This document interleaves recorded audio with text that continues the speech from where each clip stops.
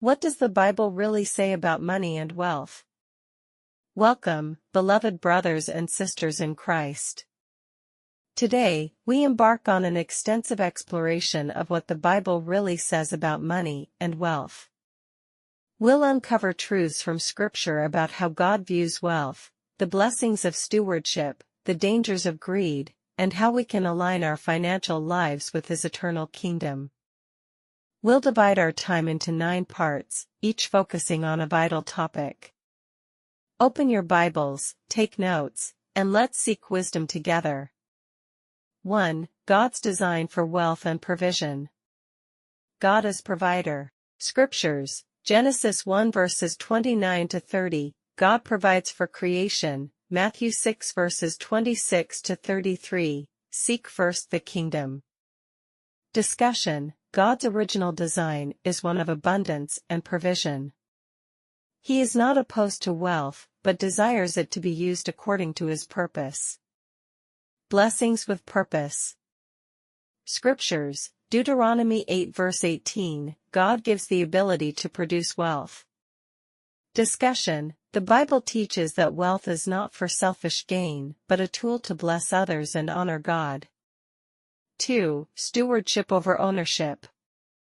The concept of stewardship. Scriptures, Psalm 24 verse 1, the earth is the Lord's, 1 Corinthians 4 verse 2, faithfulness required of stewards.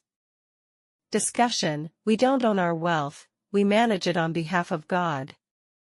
Stewardship reflects faithfulness in how we handle money, time, and resources. Parable of the talents.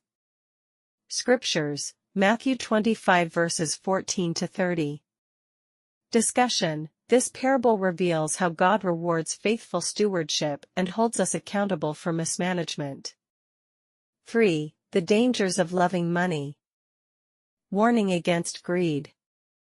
Scriptures, 1 Timothy 6 verse 10, love of money is the root of all evil, Luke 12 verse 15, guard against greed.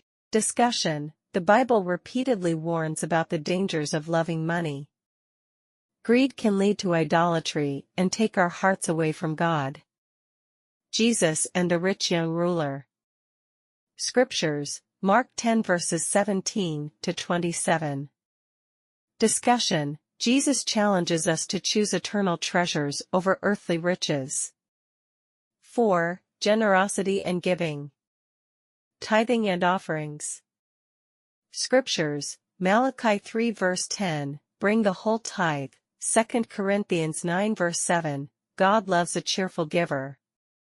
Discussion, giving reflects trust in God's provision and aligns our hearts with His kingdom. The widow's offering. Scriptures, Mark 12 verses 41 to 44. Discussion, true giving isn't about the amount but the heart behind it. 5. The purpose of wealth. Wealth is a tool for good.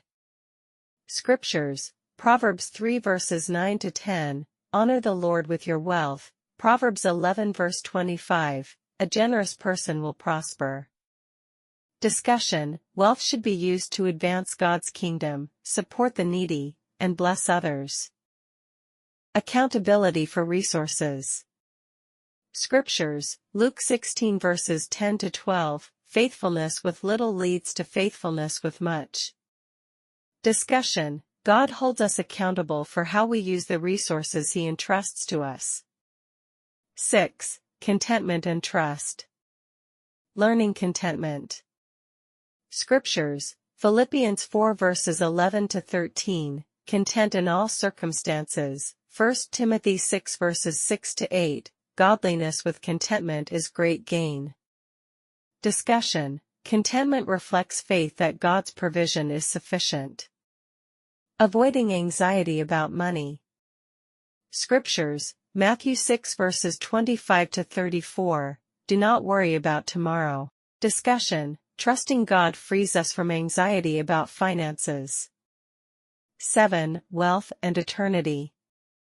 Treasures in heaven. Scriptures, Matthew 6 verses 19 to 21, store treasures in heaven. Discussion, wealth is temporary, but investments in God's kingdom have eternal value. The parable of the rich fool. Scriptures, Luke 12 verses 16 to 21. Discussion: hoarding wealth without considering eternity leads to spiritual poverty. 8. Poverty and God's heart for the poor.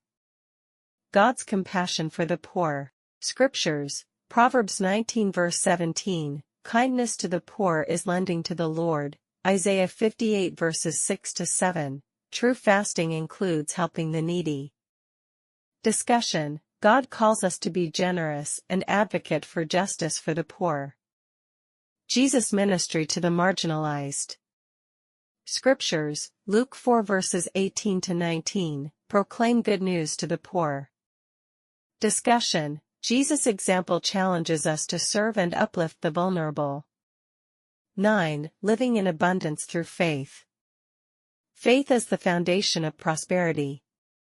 Scriptures, Hebrews 11 verse 1, faith is confidence in what we hope for. Proverbs 3 verses 5 to 6, trust in the Lord. Discussion: true abundance begins with faith in God's promises and His plan for our lives. Practical steps to align finances with faith. Pray over financial decisions. Philippians 4 verses 6 to 7. Set goals that honor God's kingdom. Matthew 6 verse 33. Practice gratitude for His provision. 1 Thessalonians 5 verse 18. Thank you for joining me on this deep dive into what the Bible says about money and wealth. Remember, God's plan for prosperity goes beyond material riches. It's about aligning our lives with His purpose, living generously, and trusting Him as our provider. Let's close in prayer. Heavenly Father, thank you for your word that guides us in all areas of life, including finances. Help us to steward your blessings well, honor you with our resources, and always seek your kingdom first. In Jesus' name, Amen. God bless you, and may you prosper in His truth.